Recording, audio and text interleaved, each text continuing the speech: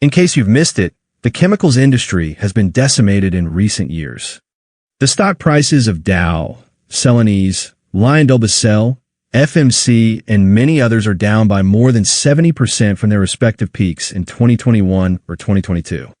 Even chemicals titan BASF saw its valuation decline by nearly 60% since 2018.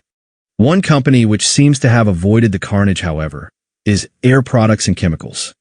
APD stock reached an all-time high of $341 earlier this year.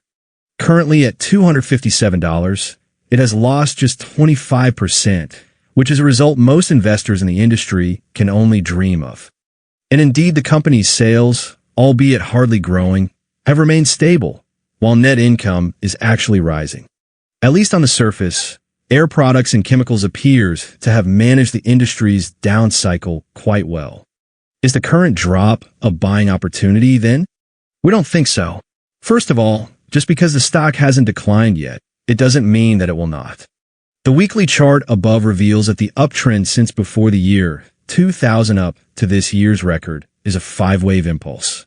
We've labeled the pattern 1, 2, 3, 4, 5 in Roman numerals, where 3 lower degrees of the trend are also visible within wave 3. According to the Elliott wave theory, a 3-wave correction follows every impulse. We think that the decline from $341 is the beginning of a big retracement, which has yet to drag Air Products and Chemicals stock much lower. The 61.8% Fibonacci level near $130 a share looks like a reasonable bearish target in the years ahead. From current levels, that'll be a roughly 50% plunge before a reliable support can be found. But Elliott wave aside, we would rarely dare making such a negative prediction based solely on a price chart. The thing is that under the surface, the company's fundamentals have been rapidly deteriorating as well.